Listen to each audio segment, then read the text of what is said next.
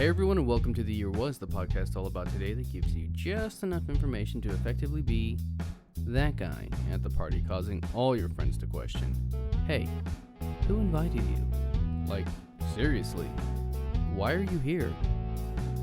I'm your host, Michael Montalvo, and for the next few minutes, we will swim through the river of time to try and find out what makes today truly unique. In this episode, we examine the events that occurred June 23rd. By the 1980s, Batman was little more than a comic character and a joke, at least to the majority of the world. For most, the only exposure to the Batman was Adam West and Burt Ward in the 1960s, and the Batman TV series that aired at the same Bat time and on the same Bat channel. Now, we have talked about the origins of Batman before in a previous episode, so I won't touch on that particular side of the story. Instead, we will look at one of Batman's many films. The bulk of this episode came from two articles, one from Rolling Stone and the other from The Hollywood Reporter. The year was 1989, and on this day, June 23rd, the motion picture Batman, directed by Tim Burton, was released. Surprisingly, the story of the Batman movie does not begin with Tim Burton or with Warner Brothers, but instead with Michael Uslan. Who is Michael Uslan, I hear you asking, and is that the proper way to say Uslan? I don't know about the pronunciation, and I apologize for that, but I can tell you who he was at the time this story takes place. Not to put too finely a point on it, Uslan was a Batman fan who negotiated the film rights to The Dark Knight.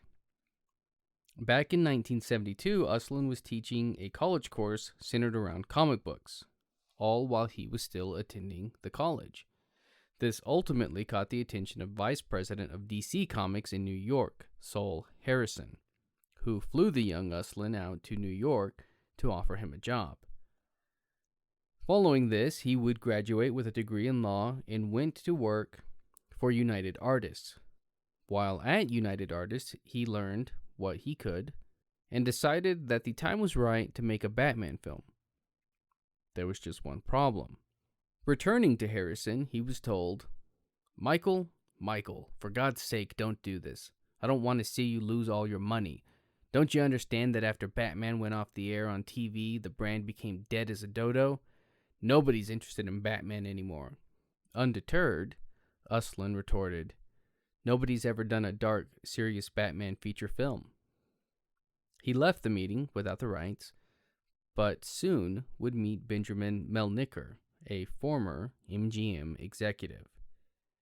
Together and over the next 6 months, they worked tirelessly until October 3rd, 1979, when they finally acquired the film rights to Batman and put a feature film into production.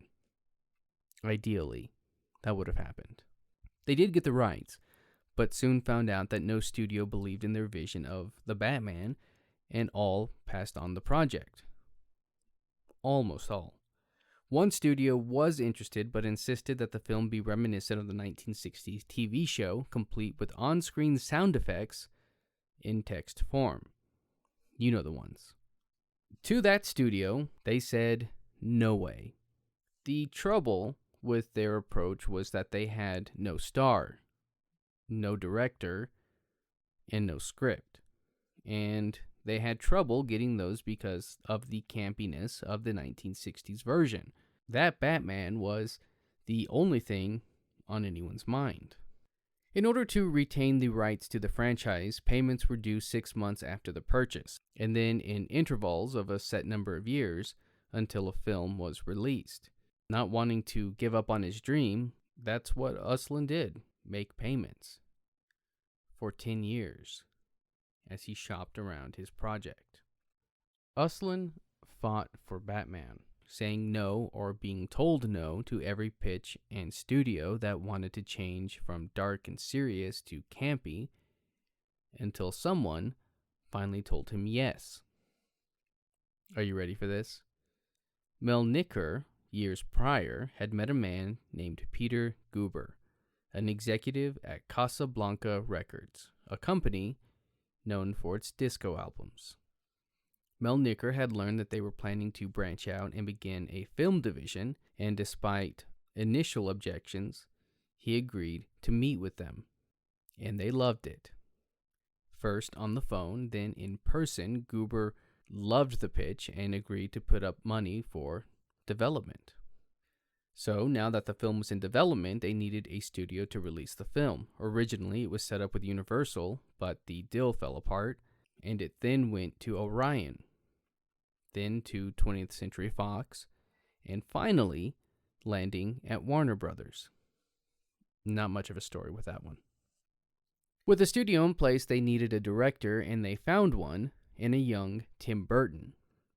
Supposedly, they considered Ivan Reitman and Joe Dante when earlier versions of the film were being shopped around, but for this version, they landed on Burton. Burton was fresh off films such as Pee-wee's Big Adventure and Beetlejuice. But despite these successes, the studio was unsure about hiring the director. Allegedly, the words that got him the job were, "This is not a movie about Batman. If we're going to do it seriously, this is a movie about Bruce Wayne." With the director finally in place, the search began for a star, and many were considered, from Bill Murray to Steven Seagal. Seriously. Apparently, a lot of people at Warner wanted a big action star for the role. The idea was to cast the role for Batman and not Bruce Wayne. And this actually reminds me of something I read about the casting of Ben Affleck, saying anyone can play Batman. The challenge is to play Bruce Wayne, and Ben Affleck can play Bruce Wayne. It's a bit irrelevant, but still kind of relevant. There you go. For Batman 89, they went with comedic actor Michael Keaton. In Keaton's own words, "When Tim first came to me with the script, I read it out of politeness. All the while, I'm thinking, there's no way I'd do this. It just wasn't me. My name doesn't spring to mind when somebody says Batman. But I read it and thought, this guy's fascinating. I saw him as essentially depressed. I told that to Tim, thinking he wouldn't agree, but he said, that's exactly what I see. The choice was to play Batman honestly, so I started thinking, what kind of person would wear these clothes? The answer seemed pretty disturbing. This is a guy in pain."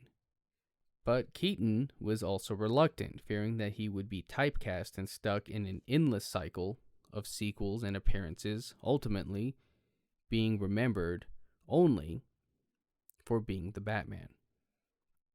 It's interesting that he would later explore some of these ideas in the movie Birdman. It's hard to imagine anyone else in the role now, as he is sort of the gold standard next to Kevin Conroy as the Caped Crusader. Fans at the time were a little less enthusiastic. In the days after the announcement of Keaton's casting, 50,000 letters of protest arrived at Warner Brothers Studios.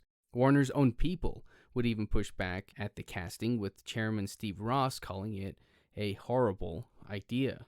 It was a major risk that the studio was taking, but it turned out to be the right one. Keaton would even bring some of his comedic sensibilities into the role, such as the dinner scene with the long table and the line, "I don't think I've ever been in this room before." Jack Nicholson was cast as the Joker, Jack Napier, but he was a bit reluctant as well. The studio went around him and offered the role to Robin Williams, and then went back to Nicholson with the news that Williams had accepted in order to force Nicholson into accepting the role himself, which he did, and ultimately forced Williams out, creating bad blood between him and the studio. So bad that when offered the role of the Riddler in a third Burton Batman film that ultimately would never happen, he demanded an apology from the studio before he would even consider it. Billy D. Williams was cast as District Attorney Harvey Dent, with the assumption that he would be brought back in later films to complete the character's arc and become the villain Two-Face. However, when the time came to reintroduce the character in Batman Forever, the studio opted to buy out his contract and instead give the role to Tommy Lee Jones. Kim Basinger was brought in to play Batman's love interest and photographer Vicky Vale. Supposedly, the studio wanted Michelle Pfeiffer, but Keaton vetoed the idea, as the two had previously dated. Sean Young was actually originally cast, but broke her arm practicing a horse riding stunt, and so the studio went with Basinger last minute. Rounding out the cast was Pat Hingle as Commissioner Gordon, Michael Gough as Alfred, both of whom were the only two actors to appear in all 4 original Batman movies, Robert Wuhl as Alexander Knox, and Jack Palance as Carl Grissom, an original character likely based on crime boss Carmine Falcone. Batman's sidekick Robin was also considered for the movie but was removed to be used in a later film, but that's a story all on its own. The film, shot in London, occasionally being rewritten on set as new ideas were incorporated and removed from the story, and when the trailer was released, fans were ecstatic, many purchasing tickets to the films the trailer was paired with, only to watch the trailer itself.